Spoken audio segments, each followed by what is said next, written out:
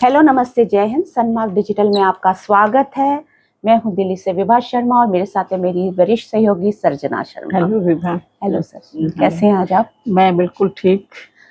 सर्जना, आज हम दो मुख्य मुद्दों पर बात करेंगे। एक तो है यूएस प्रेसिडेंट डोनाल्ड ट्रंप का भारत पे 25% एडिशनल टैरिफ, जिसका मुंह तोड़ जवाब आज प्रधानमंत्री नरेंद्र मोदी ने भी दिया, जब उन्होंने कहा कि भारत के किसानों का हित सबसे इम्पोर्टेंट है भारत के लिए। और दूसरा है संसद में लगातार बना हुआ गतिरोध, जो बिहार में जो चल रहा है, एसआईआर चल रहा है। तो क्या आपको लगता है, आपको क्या इसके टूटने की कोई संभावना लगती है कि आपको लगता है कि सारा बस ये अब पार्लियामेंट इसी की भेंट चढ़ गया है? देखिए विभा जी, आपने कहा कि आज हम दो मुद्दों पर बात करेंगे, एक है टैरिफ और दूसरा है एसआईआर। लेकिन आज सुबह से मैं संसद में थी, पार्लियामेंट में, लोकसभा राज्यसभा दोनों सांसदों से मिलना हुआ, लेकिन मुझे नहीं लगा कि किसी सांसद को, विपक्ष के, ये टैरिफ को लेके कोई चिंता थी। उन्होंने कहा कि इसमें हमें कोई प्रॉब्लम नहीं है, इसमें जो देश की जो नीति होगी हम उसके साथ खड़े होंगे।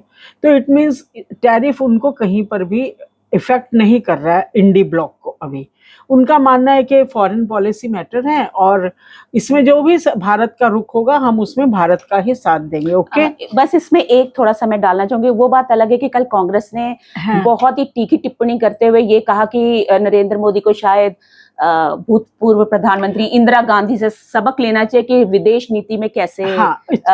जी हाँ, आगे आप बोलिए। हाँ, वो ठीक है, लेकिन जैसे कि हमारे टीएमसी सांसदों से बात हुई, सीपीएम सांसदों से बात हुई, सबसे बात हुई, लेकिन इस समय जो सबसे बड़ा मुद्दा इस समय जो विपक्ष का है वो है एसआईआर, बिहार मतदाता सूची। क्योंकि उनको डर है कि अगर आज वो चुप रहे तो कल ये वेस्ट बंगाल में होगा, कल ये असम में होगा, तमिलनाडु में होगा।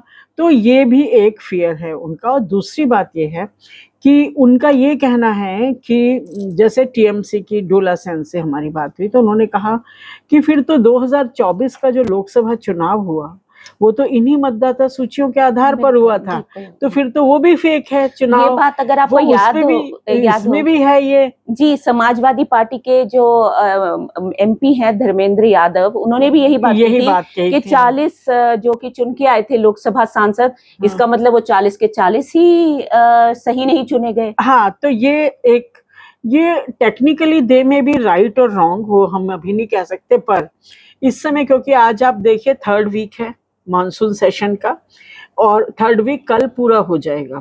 और आज सुबह तक जो हरिवंश डिप्टी चेयरमैन राज्यसभा ने कहा कि 51 आवर से ज्यादा हमारे वेस्ट हो चुके हैं और 180 क्वेश्चन लिस्टेड थे, जिसमें कि हम अभी तक केवल 13 क्वेश्चन ले चुके हैं। और विपक्ष से जितनी हमारी बात हुई वो अपने स्टैंड से इधर से उधर नहीं होंगे। एसआईआर उनके लिए मेन मुद्दा है और रहेगा, सदन चले या ना चले।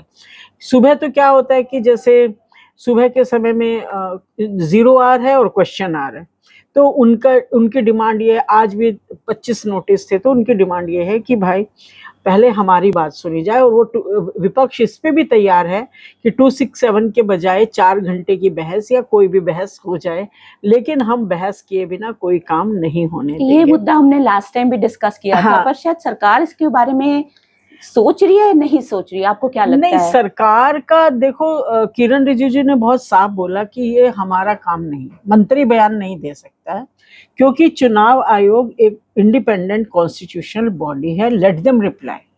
पर अभी जैसा कि आपने एक सांसद ने टीएमसी ने बीजेपी के एक बहुत बड़े नेता का नाम लिया, I will not quote it, कि चुनाव आयोग उनके इशारे पर काम कर रहा है, उनके इशारे पे चलता है।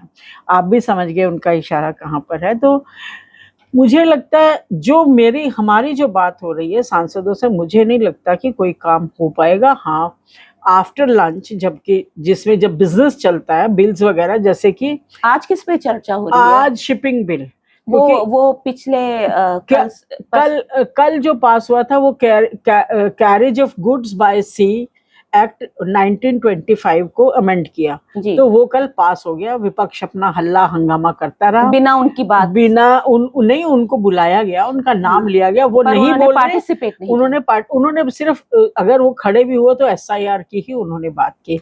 तो इस तरह से इन्होंने अपना बिल पास करा लिया। और आज भी शिपिंग बिल है, जी ये सर्बानंद सोनोवाल के बिल हैं दोनों।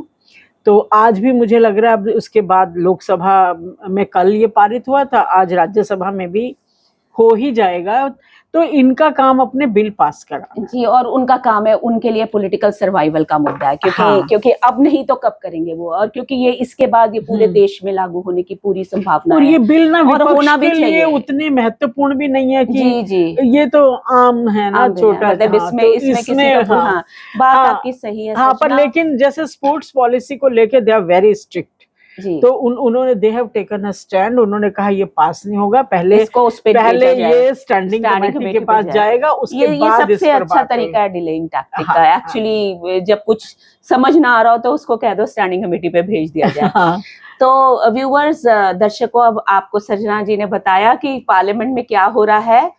इसके sheer अलावा wastage of share time, wastage of time हो रहा है। energy। और मेरे को लगता है कि जो विपक्ष है उसके पास भी यही समय है बताने के लिए कि भाई उनका पक्ष क्या है, जो कि वो यूज नहीं कर रहे हैं। हाँ, पर शायद ये उनके लिए पॉलिटिकल सर्वाइवल का भी एक वो है। इस अगर वो अभी नहीं ये प्रोटेस्ट क्योंकि करेंगे तो कब बिहार के करेंगे? चुनाव बिहार के में चुनाव बहुत अपना इंपॉर्टेंट है। क्योंकि जी बहुत लोगों के नाम कट रहे हैं। चुनाव आयोग की दलील है कि ये नकली फर्जी वोट है। हम सिर्फ ये जो एक्सरसाइज है ये मतलब जो मौलिक मतदाता हैं उनके अधिकारों की रक्षा के लिए है कि कोई बाहर का व्यक्ति जी आके वह मतदाता ना बने। लेकिन इनका ये कहना है कि ये एक एक्सरसाइज है to cut are to votes, cut their votes, to cut their to cut vote. Their votes. जी तो दर्शकों, आपके लिए ये आज हम लेके आए ये SIR पे भी, इसके बारे में आपका क्या कहना है? हाँ, आप प्लीज हमें लिख के बताएं। हाँ, और तब हमें देखने के लिए, हमें फॉलो करने के लिए धन्यवाद। Please keep watching, sharing and liking the video and thank you so much. धन्यवाद सर्जना जी। हाँ, मैं भी दर्शकों से अपने कहना चाहूंगी कि क्योंकि बिहार का हर व्यक्ति पॉलिटिकली बहुत जागरूक है और वो हर विषय को अच्छे से जानता है, समझता है। आप हमारा वीडियो देख रहे हो तो आप हमें अपनी राय लिख कर भेजें। आप हमें बताएं कि क्या जो चुनाव आयोग कर रहा है वो आपकी राय में सही है, क्या फर्जी मतदाताओं के नाम कटने चाहिए और क्या विपक्ष की बात ठीक है। तो आप इस पर हमें अपनी राय भेजिए और हमें आपकी राय की प्रतीक्षा रहेगी। आज के लिए इतना ही। नमस्कार। धन्यवाद।